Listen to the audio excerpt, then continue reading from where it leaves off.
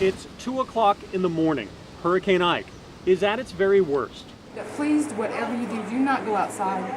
And Tricia McCullough at the Galveston Emergency Operations Center is fielding another frightening 911 call. They couldn't get the helicopters in there because of the wind. A police officer recorded the home video, but at the height of the storm, they couldn't record the caller's voice, couldn't triangulate the location of the cell phone call. Okay. Lost you. And the line went dead before Tricia could get a full name, an address, or offer to send help. And tears just flow. But why? Because you couldn't do nothing to help them. She's in Crystal Beach, and she said there's 20 feet of water where she's at. Well, we're out there, what, I don't doubt it. 70 when we're out there last. And they're fixing to get another big old giant surge. Yeah. And for a full year, Tricia wondered if that help had ever come. For me to not know if she lived or not, it's a nightmare. It's just not, I don't know where she's at. I need to know something. Well, as fate would have it, we did know something. More importantly, let's go do it. we knew someone. The rest of the night was literally hell for me. This is Connie Travis. She and her family were trapped in their Crystal Beach home during the storm. Their home video captured the wind, the waves, and the helicopter rescue that came the next day. I would never put my family through that again. But when we first met months ago, Connie also mentioned a 911 call that she made the night of the storm.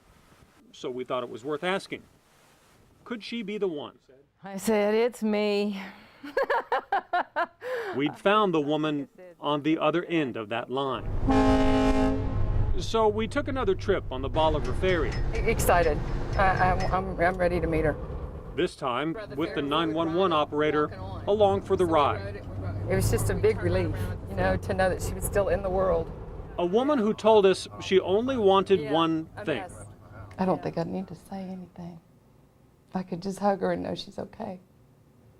And that's exactly what she got. And I'm glad you're still in the world. I'm Tricia McCullough, and it's nice to meet you. The two women met at the same house, on the same back deck where the 911 call was made. A house that survived that 20 feet of water. And this was a raging river down here. And a year later, they believed the frenzy of that raging storm made it difficult to understand each other that night in a brief but sometimes frightening conversation. Connie said she was just trying to get a message to her kids before the cell towers went dead that she was still alive. We're scared, and I wanted them families to know that not everybody was dead, but right. That was the reason that I made the call. And I'm sorry I scared you. I'm so sorry I scared you. I didn't think about that, I'm just tickled pink to meet you. I'm glad. The Bolivar Peninsula is still heavily damaged, deeply scarred by the hurricane. It will take years to rebuild. Today, at least, one of the lingering scars got mended with a phone call and a hug. I'm good now. I'm so sorry I gave you any angst at all. Oh, I'm so happy to see you. That was horrible. I feel so bad about that. I'm just really happy to see you. On the Bolivar Peninsula, Kevin Reece, 11 News.